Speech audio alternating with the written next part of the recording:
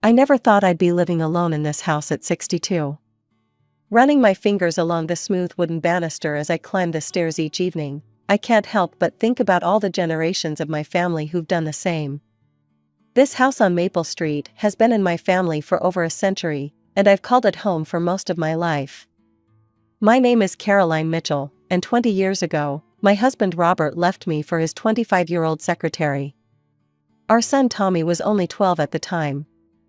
I remember the day Robert told me he was leaving as if it were yesterday. He stood in our kitchen, not meeting my eyes, fumbling with his wedding ring. "I'm sorry, Caroline. I never meant for this to happen," he said, his voice barely above a whisper. I just stood there, gripping the kitchen counter until my knuckles turned white. "Does she make you happy, Robert?" I asked, trying to keep my voice steady. He nodded, still not looking at me. "I'll make sure Tommy is taken care of. I'll pay good alimony." And he did keep that promise, I'll give him that. Every month, without fail, the money came in. I saved every penny of it for Tommy's college fund, working extra hours at the marketing firm to cover our daily expenses. The house, thank goodness, was already paid for, my grandmother's final gift to me. This house has been my anchor through everything. Film crews even used it once for a period piece about the Civil War era, saying it perfectly captured the essence of that time. The producer offered to buy it for an obscene amount of money, but I couldn't sell it. This house isn't just walls and windows, it's my heritage, my story. After Robert left, I threw myself into my work and raising Tommy. Dating? It never felt right. My colleagues would try to set me up, but I always declined. "I'm married to my career," I'd joke, but the truth was, I'd lost faith in love. Tommy became my whole world. I made sure he had everything he needed: love, support, guidance. We had our routines: breakfast together every morning, homework at the kitchen table, Sunday movie nights. He graduated with honors and went to a good college, thanks to his father's alimony payments. When Tommy brought home Amy from work last year, I tried to be welcoming. She seemed nice enough, always smiling, complimenting the house, asking about family photos. But something felt off. Maybe it was the way her smile never quite reached her eyes, or how she'd change the subject whenever work came up. Still, I told myself I was just being an overprotective mother. "Mom, we're getting married," Tommy announced over dinner one evening. I remember forcing a smile and hugging them both, pushing down the nagging feeling in my gut. "I'm so happy for you both," I said, and I meant it. Or at least, I wanted to mean it. The wedding was small but lovely. I sat in the front row, watching my boy promise his life to this woman I barely knew. Robert was there too, with his new family, wife number 2, and their teenage twins. We nodded politely to each other but didn't speak. Everything seemed fine at first. They got an apartment across town, both working at the same tech startup. I'd have them over for dinner sometimes, watching how Amy would inspect everything in the house with those calculating eyes of hers. But I never imagined how quickly things would change, or that my peaceful life was about to be turned upside down. I was at work when I got the call from Tommy. His voice was shaking, and I could tell he'd been crying. "Mom, they're laying off half the company. Both Amy and I, we're being let go." My heart sank. I knew how hard it was to lose a job. I'd seen enough colleagues go through it over my years in marketing. "Take a deep breath, honey. Tell me what you need." "We won't be able to make next month's rent," he said, his voice barely above a whisper. "Our savings, they're pretty much gone." After some quick calculations, I transferred enough money to cover 3 months of rent for their apartment. It wasn't a small amount, but I had some savings, and this was my son. "This should give you both time to find new jobs," I told him. The weeks that followed were a mix of hope and disappointment. Tommy landed a new position at a smaller company, but the salary was significantly lower than what he'd been making before. Amy, on the other hand, well, I tried not to judge, but her job search seemed half-hearted at best. When I'd visit them, I'd often find her scrolling through social media instead of job listings. Then came another call from Tommy, just as the 3 months were coming to an end. "Mom, I hate to ask this, but is there any chance we could stay with you for a while? Just until things get better?" I looked around my big empty house, thinking of all the unused rooms. "Of course, honey. You know there's always space for you here." They arrived on a Sunday afternoon, their car packed with belongings. As I helped them carry boxes up to Tommy's old room, I couldn't help but notice Amy's eyes darting around the house, taking everything in with an intensity that made me uncomfortable. "Caroline," she said, her voice syrupy sweet, "your room is just gorgeous. And that home office setup, it would be perfect for our workspace while we're job hunting. Maybe Tommy and I could take that room? It's bigger, and since there are two of us." "I'm sorry, Amy," I said firmly but politely, "but that's my personal space. I need my office for work, and I sometimes have to take calls late at night. Tommy's old room is quite spacious, and you'll have plenty of storage in the guest room across the hall." Her face fell, and though she didn't say anything, the look in her eyes sent a chill down my spine. She pursed her lips and turned away, dragging her suitcase up the stairs with more force than necessary. Tommy gave me an apologetic smile. "Thanks for this, Mom. We really appreciate it." Life settled into a new routine, or at least, that's what I tried to tell myself. Every morning, I'd get up at 6, make coffee, and head to work. Tommy would leave around the same time for his new job. And Amy, well, Amy would still be asleep. I tried not to think about it too much during those first few days. "She's probably still applying for jobs online," I told myself. But as the days went by, a pattern emerged that was impossible to ignore. Each evening when I returned from work, I'd find her exactly where she'd been that morning, sprawled on my living room couch, phone in hand, surrounded by empty snack bags and coffee mugs. The dishes from her lunch would be piled in the sink, crumbs scattered across my kitchen counter. "How was the job search today?" I'd ask, trying to keep my voice light. "Oh, nothing really suitable for my qualifications," she'd reply without looking up from her phone. 2 weeks passed like this. The house, which I'd always kept immaculate, was starting to show signs of neglect. Dust gathered on the furniture, dishes piled up, and laundry overflowed from the hampers. After a particularly long day at work, I decided it was time for a gentle conversation. We were sitting at dinner, a meal I'd prepared after cleaning the kitchen first. I cleared my throat nervously. "Amy, honey," I began, keeping my voice as gentle as possible, "I was thinking, since you're home during the day, maybe you could help out a bit with the housework? Just until you find a job, of course." The change in her expression was instant. Her fork clattered against the plate, and her eyes welled up with tears. "I knew it," she cried, turning to Tommy. "I knew she'd try to turn me into her maid.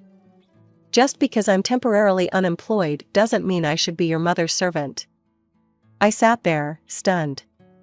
"Amy, that's not what You've been looking down on me since day one." She was full on sobbing now. "You think I'm not good enough for your precious son or your precious house." "Amy, please, I didn't mean," but she was already pushing back her chair, running from the table with dramatic flair. Tommy stood up, his face dark with anger. "Mom, I can't believe you'd be so cruel to Amy. She's going through a really tough time right now." After that night, things got even worse.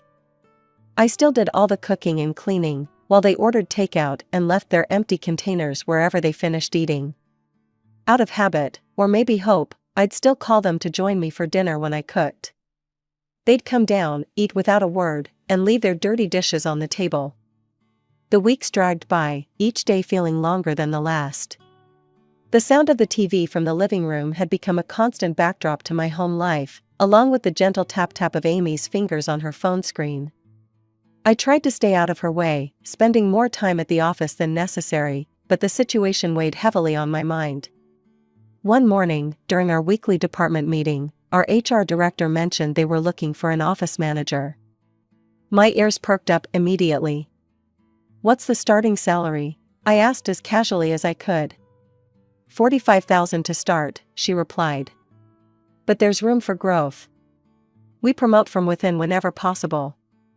I thought about Amy's resume. She had a business degree and had worked in administration before. This could be perfect.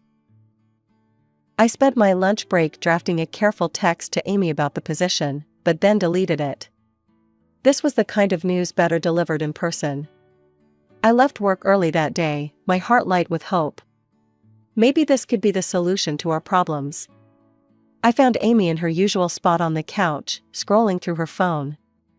A half-eaten bag of chips lay on the coffee table, crumbs scattered across the surface. "Amy," I said, trying to keep my voice bright and encouraging. "I have some good news. There's an opening at my company for an office manager. It's entry-level, but there's real potential for advancement. The starting salary is decent, and I could drive you to work. We could commute together." She shot up from the couch, sending the chip bag flying. "Are you serious right now? An office manager? Do you know what my qualifications are?" I just thought. "You thought what? That I'd be happy to fetch coffee and organize paper clips?" Her voice was rising with each word. "I have a business degree. I was a project coordinator." "Amy, please, I didn't mean." "Oh, I know exactly what you meant." She was practically shrieking now. "You think I'm a freeloader. You think I'm lazy. You can't stand the fact that I'm not working, so you're trying to force me into some degrading position." Just then, Tommy walked through the front door, his timing impossibly bad. "What's going on?" he asked, looking between us. Amy rushed to him, tears streaming down her face. "Your mother just insulted me again. She thinks I'm a freeloader. She's trying to force me to take some menial job as an office manager." I stood up, my hands shaking. "Tommy, that's not true. I was just trying to help. There's an opening at my company, and I thought." "Mom, stop." Tommy's voice cut through the room like a knife. "Why do you always have to do this? Why can't you just leave Amy alone?" "Do what?" I asked, genuinely confused. "I'm just trying to help." "Help?" Amy scoffed through her tears. "You're trying to humiliate me." She ran up the stairs, her dramatic sobs echoing through the house. Tommy gave me a look of pure disappointment. "I never thought you could be so difficult to live with, Mom," he said, shaking his head. "You're constantly starting drama. It's like you can't help yourself." He followed his wife upstairs, leaving me standing alone in the living room. I sank back into my chair, my half-finished coffee growing cold in my hands. "Starting drama?" I whispered to myself, the words tasting bitter in my mouth. In all my 62 years, no one had ever accused me of being dramatic. The days turned into weeks, and I learned to keep my mouth shut about the job situation. The mere mention of work would make Amy's eyes narrow dangerously, so I stopped bringing it up altogether. It was easier that way, even if it meant watching her waste her days away on my couch. Things changed when Tommy got his first big commission at work. Suddenly, Amy was going out more often, returning with shopping bags from expensive boutiques and fresh manicures that probably cost more than our weekly grocery bill. Not once did she think to pick up laundry detergent or paper towels. Those mundane household items remained my responsibility. I kept hoping that with Tommy's improved income, they'd start looking for their own place. Each morning, I'd check the local rental listings on my phone, imagining them finding a nice apartment across town. But they seemed perfectly content to stay put, making themselves more and more at home in my house. One evening, I came home to find Amy excitedly chatting on her phone in my living room. "Oh my God, yes, the house is absolutely perfect for a party," she was saying. "You should see the vintage chandelier in the dining room. It'll look amazing in photos." I set down my briefcase, my stomach already nodding. "What party?" She hung up and turned to Tommy, who had just walked in. "Babe, we should definitely have our anniversary party here. Can you believe it's been almost 2 years? Where exactly are you planning to have this party?" I asked, though I already knew the answer. "Here, of course." Amy gestured around my living room. "This house is gorgeous, Caroline. All our friends will love it.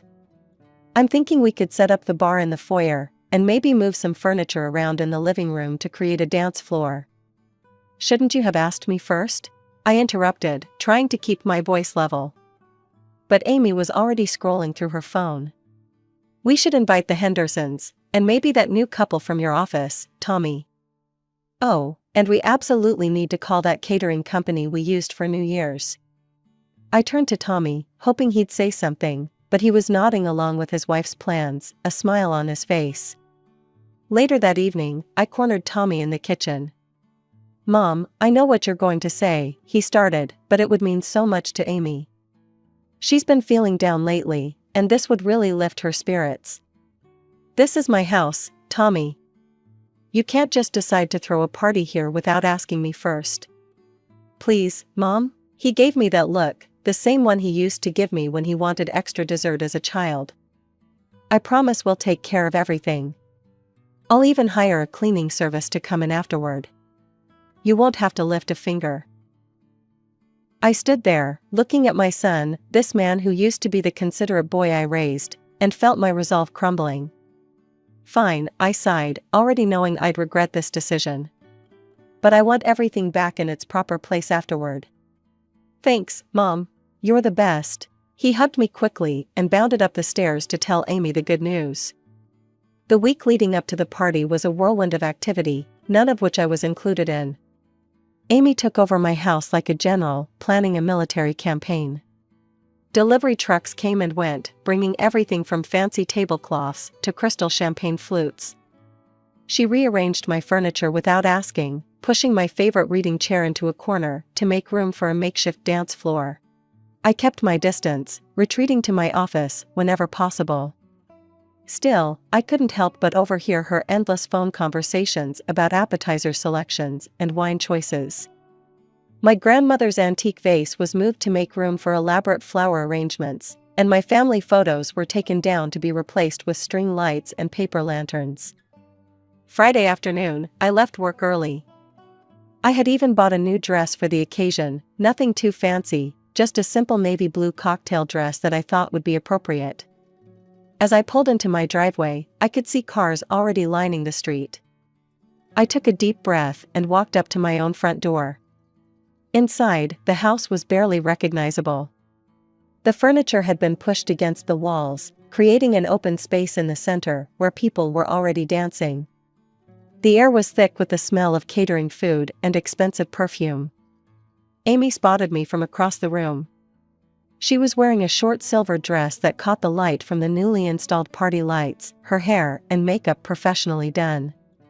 She excused herself from the group she was talking to and walked over to me, her face fixed in an artificial smile. "Caroline," she said, her voice sickly sweet but loud enough for nearby guests to hear. "I thought you'd be gone by now." I blinked in confusion. "Gone? Why would I be gone?" "Oh." She tilted her head, her smile never wavering. "I guess I forgot to mention, this party is really just for our friends. You know, young people? I assumed you'd make other arrangements for the evening. Maybe get a hotel room?" I stood there, stunned, as a few of her friends nearby giggled into their champagne glasses.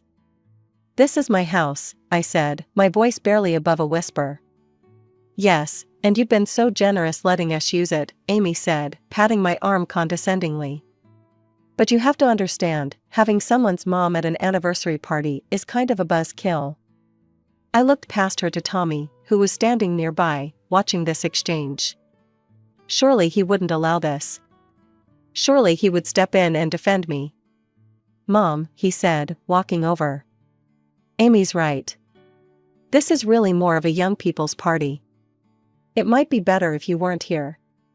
In that moment, something inside me, something that had been stretching thinner and thinner over the past months, finally snapped. Without a word, I turned and walked up the stairs.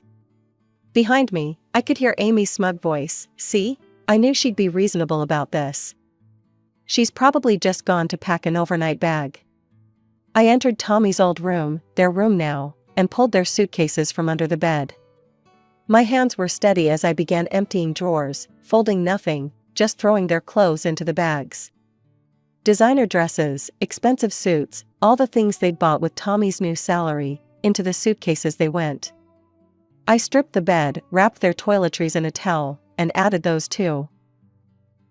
The music thumped below as I dragged the heavy suitcases down the stairs, one in each hand. The sound of them bumping against each step drew everyone's attention. The crowd parted as I entered the living room, faces turning from their conversations to watch the scene unfold. "Mom?" Tommy's voice cracked. "What are you doing?" I dropped the suitcases in the middle of the makeshift dance floor. "You're leaving, now. The party's over." Amy's face contorted with rage. "What the hell do you think you're doing?" she screamed. "You can't do this." "This is my house," I said, my voice deadly calm. "You have exactly 5 minutes to leave before I call the police and have you removed for trespassing." "Mom, come on," Tommy laughed nervously. "You're joking, right?" I pulled out my phone. 4 minutes. The guests began shuffling toward the door, muttering among themselves. Some were already calling Ubers. "You deranged old fool." Amy stepped toward me, her finger pointed at my face. I moved so quickly it surprised even me, closing the distance between us until we were nose to nose. "Call me one more name," I said, my voice low and dangerous, "and I'll show you exactly how much fight this old fool has left in her. Try me." The color drained from Amy's face. She stumbled backward, grabbing the nearest suitcase. Tommy stood frozen for a moment before reaching for the second bag. "Mom," he started. "Get out." They walked to the door, Amy still muttering curses under her breath. Tommy looked back once, but I had already turned away, beginning to take down the tacky decorations they'd hung on my walls. After they left, I surveyed the abandoned party scene, tables loaded with untouched food, half-empty champagne glasses scattered everywhere, my grandmother's vase thankfully still intact. I began boxing up the catering trays. The local homeless shelter was still open, at least some good could come from all this food. The weeks after the party passed quietly. Too quietly, perhaps. But after months of chaos, the silence in my house felt like a blessing. I put everything back in its proper place, my reading chair returned to its spot by the window, my family photos back on the walls, my grandmother's vase centerpiece on the dining room table. News travels fast in small towns.